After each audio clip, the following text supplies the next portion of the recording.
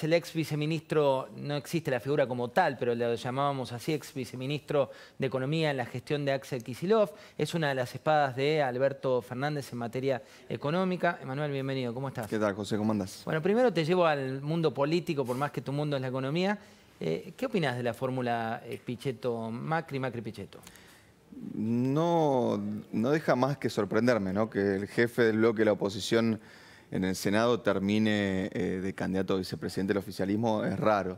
Creo que Pichetto está cómodo siendo oficialista, no importa quién gobierne, digamos, y me parece que esto lo confirma. Para mí es un shock que Cambiemos, y recién lo escuchaba a Marcos Peña, explique esto como una afinidad ideológica, ¿no? Porque uno pensaría que tal vez es extender un poco el espacio de Cambiemos o por lo menos tratar de ampliarse. Yo creo que es al revés, creo que Pichetto tiene, y son respetables, pero creo que tiene opiniones mucho más extremas que Cambiemos en lugares muy sensibles, digo, migración y seguridad, o por lo menos lo dice explícitamente y uno puede decir, bueno, en Cambiemos hay gente que piensa así, hay gente que piensa de otra manera. De hecho, hay muchos que dicen que Pichetto le da a Macri, a veces en algunos discursos, por ahí cosas que él no se atreve a decir y que las dice, le pone título propio. Por eso, me parece paradójico que el espacio que parecía supuestamente más radicalizado, que era el de la oposición, con Alberto juega a ir al medio, me parece que esa es la lectura razonable que se puede hacer.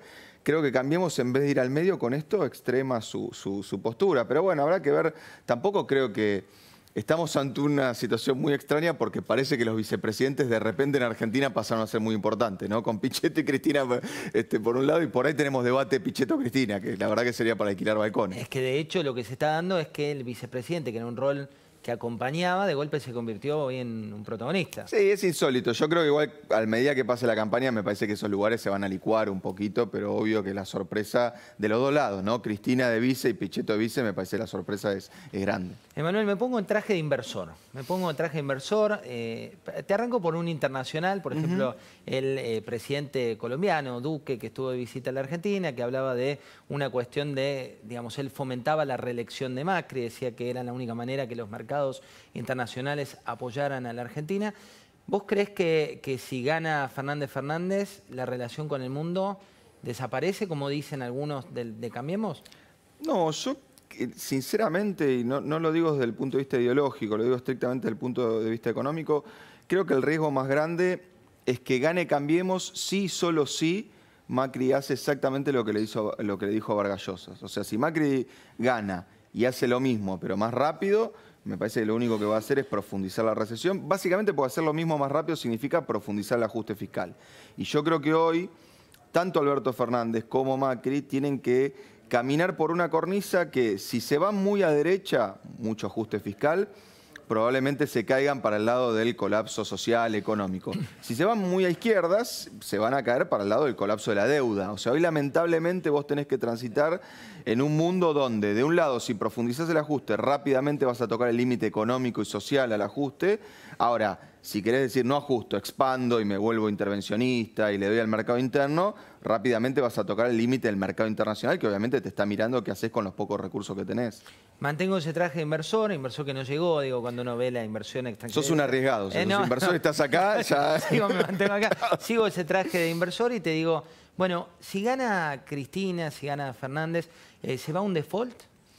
Yo creo que primero, los default nunca son situaciones que el presidente decide.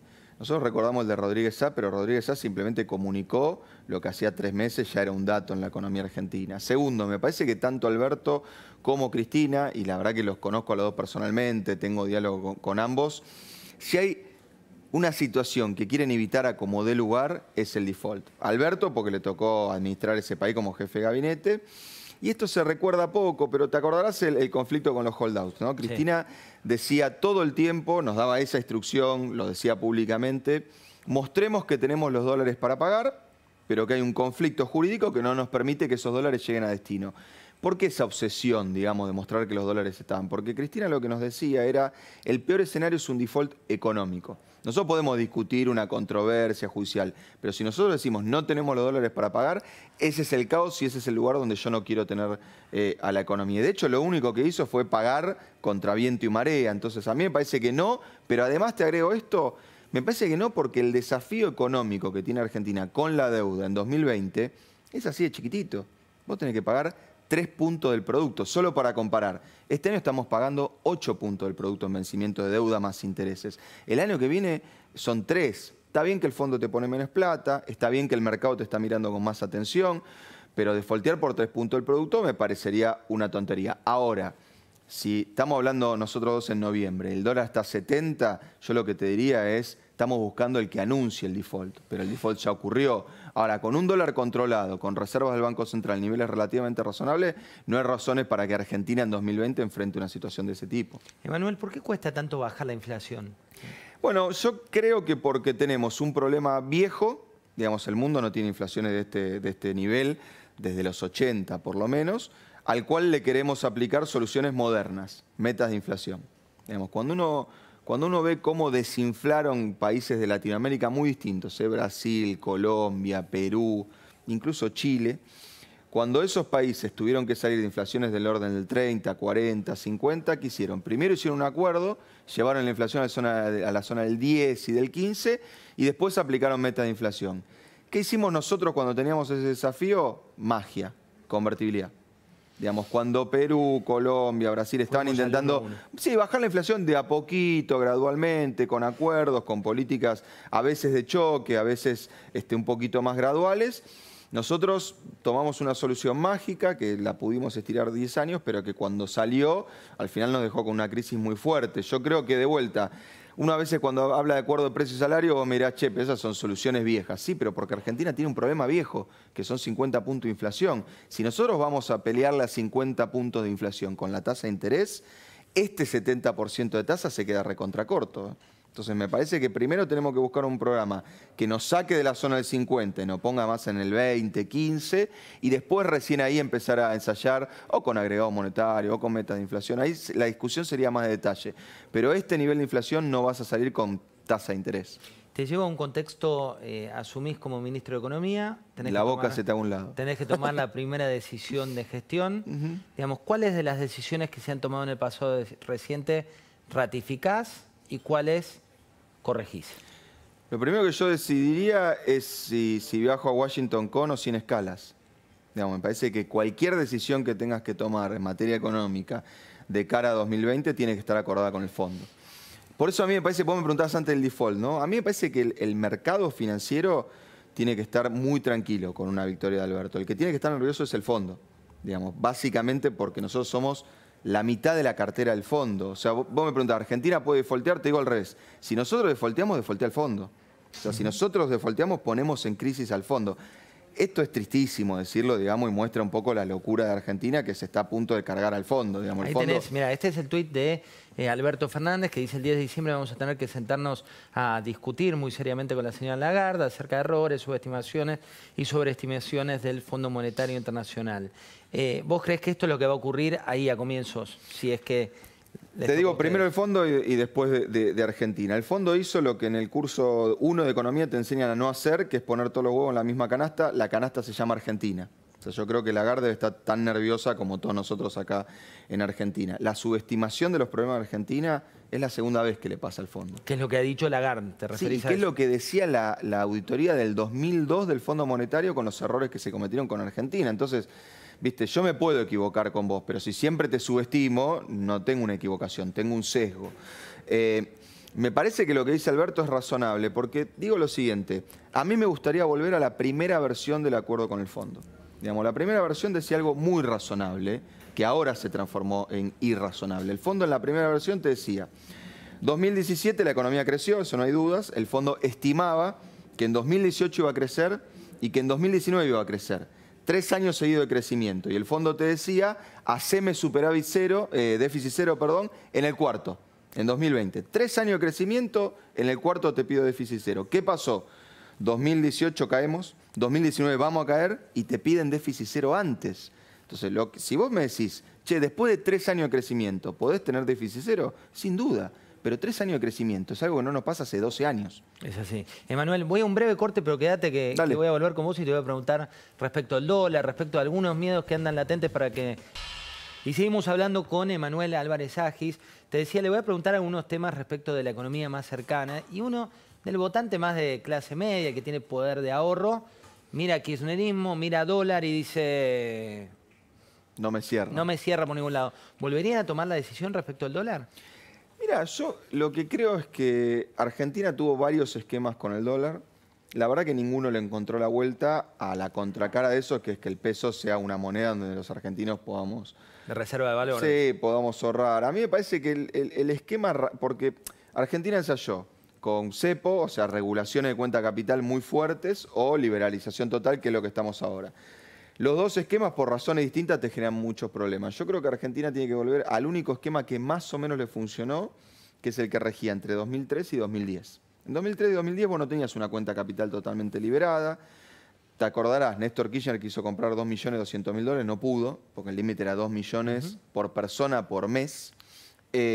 Y me parece que en ese esquema nadie hablaba de cepo, nadie hablaba de economía muy regulada y era un esquema razonable, donde los exportadores tenían que liquidar, donde las personas físicas tenían un límite lo suficientemente holgado, porque digo, si mañana salís vos y te quejás de que no se pueden comprar 2 millones de dólares por mes, estás pidiendo que te vayan a robar a tu casa, ¿no? Sí. Digamos. Entonces, me parece que eso sería un esquema razonable. Si queremos soluciones mágicas, que son las dos, cepo, lluvia, inversiones, vamos a seguir con estos problemas. Pero Argentina no puede tener una cuenta capital como la que tenemos hoy, que es digna de un país de la OCDE, o sea, los países más desarrollados del mundo, con un sistema productivo que es uno de Latinoamérica, no es uno del país de la OCDE. Me parece que hay que compatibilizar esas dos cosas, pues si no la economía al final del día está muy exigida.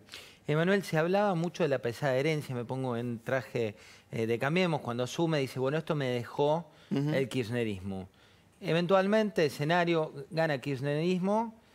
¿Cuál es la pesada herencia económica que deja el macrismo? Bueno, la deuda, digamos, y ese es un problemón para Argentina, porque digo, a ver, me cuesta pensar cómo salimos de una tasa de inflación del 52%. Ahora, sería injusto que le diga Cambiemos, tenés la culpa de haberla llevado a 55, digamos. ¿Tiene la culpa de haberla acelerado? Sí, pero inflación teníamos, crecimiento. La economía en términos per cápita está estancada desde 2011, o sea que tampoco podemos culpar a Cambiemos de que hace 3 años que Brasil está en recesión. Ahora, si vos agarrabas, no sé, desde Expert hasta Axel y le preguntabas al espectro economista que hay ahí, ponele, debe haber más extremos, pero no sé, Expert del Caño, ponele. ¿Milei o...? Milei del Caño, lo pongo así. Ahí está. Si vos le preguntás a todos los economistas cuál es el único problema que no tiene la economía argentina en 2015, te decían la deuda.